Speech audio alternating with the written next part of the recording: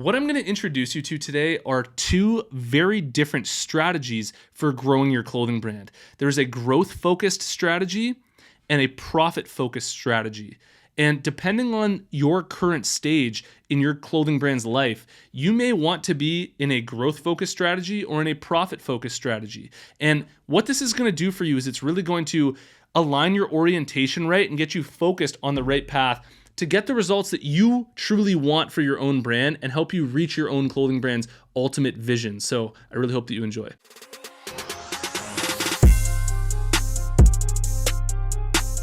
Now, I don't know if you knew this or not, but Apparel Success is sponsored by my buds over at Design Crowd.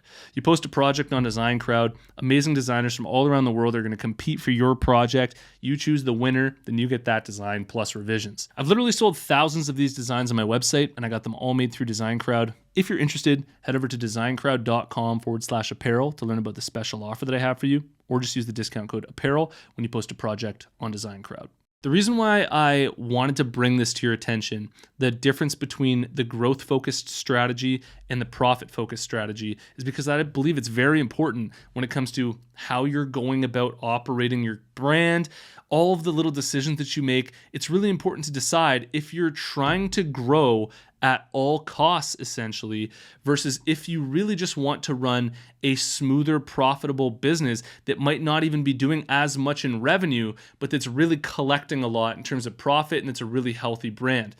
And both of these stages have their specific uses and specific value depending on where you're at in your clothing brand's life. So I want to break this down for you. I believe that every single clothing brand within the first 12 to 18 months of their clothing brand's life should be using a growth-focused strategy. And that's because if all you're focused on in those first year or 2 years is just your ability to make profit, then you're losing out on your potential top of the funnel, meaning you're not going to invest as much in ads, you're not going to take as much risk, you're not going to be actually building enough of a customer base that you could then eventually turn into a much more profitable business once you get that customer retention up. And so what's the difference here? What's the difference between a growth-focused strategy and a profit-focused strategy? The growth-focused strategy is mostly focused on investment in marketing, brand building, and product expansion. So in my first couple of years running my brand, I never paid myself. It was basically funneling everything back in, trying to build the brand as big as we possibly could. So you're investing a lot into Facebook ads, a lot into Instagram ads. If like whatever money that you have, any money that comes in, you're not putting it in your pocket and trying to make this into like a business so that, it's all like you're paying yourself with it. You're just trying to get growth in the brand itself. So, you're focused on marketing. You're spending some money on some really nice designs. You're spending some money on building a brand. You're also focused on releasing more products in your lineup so that you can figure out what's working, so that you can expand your product line and have more to offer. And this doesn't mean that you have to be losing money. It just means that you're likely going to outcompete somebody if you're in a growth-focused strategy and they're just purely in a profit-focused strategy. Because as long as you can maintain not paying yourself and you're just cycling every single cent that you make back into your brand and growing it to its fullest potential, if somebody else is taking money out of their brand, they're losing some of that spark, some of that fuel that's actually going to allow their brand to get bigger and bigger.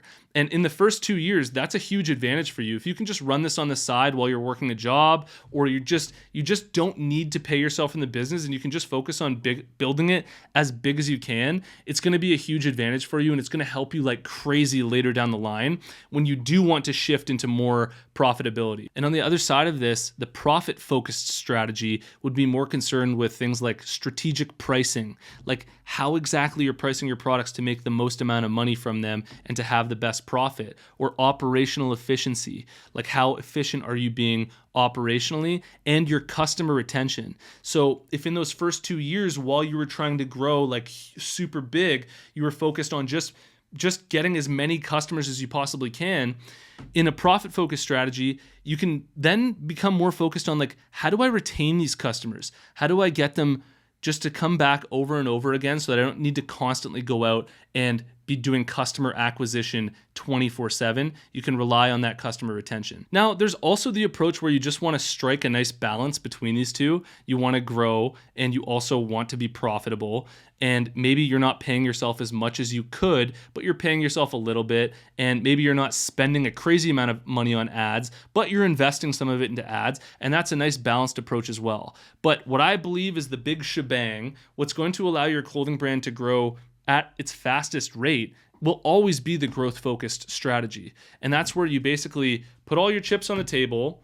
You don't worry about paying yourself. You act like you have your basic Maslow's hierarchy of needs met, where you don't need anything from the business itself. You just want to grow this thing as big as possible. And you're basically just dumping fuel into the fire, and you're investing in ads, you're working, and you're just building this thing without receiving yourself. That's always going to be the best way to grow this thing as fast as humanly possible. Now, when you're thinking about which strategy to use in your own clothing brand right now, it really depends on your current stage and your entrepreneurial vision for your brand. Like, I'll share with you mine for my own clothing brand. When I first started up my brand, it was just growth. I just wanted to build this thing as big as I could. At the same time, since my brand is very niche, it's very specific, I only sell to a Canadian audience and a segment of the Canadian audience, I knew that this wasn't like a huge exit business. It's not like I'm going to be able to sell this company for like, $50 million or something. So the long-term strategy was eventually, you'll have a lot of customers from all of that work you put into the beginning that you can retain, and you've got a nice, highly profitable business. But there's a phase in those first few years to just grow everything without having to pay yourself. And that's basically what I did. I was working for 2 or 3 years before I eventually left my job while growing my brand, because I was making the money to live my life through my job and funneling everything that I was making from my clothing brand back into the business to help it grow and to help it become what it became. I built a 100% free clothing brand course for anybody thinking about starting up a clothing brand or already running one. All you have to do to get access is go to freeclothingcourse.com. You can go through it at your own pace, and I'll see you in the next one. Peace.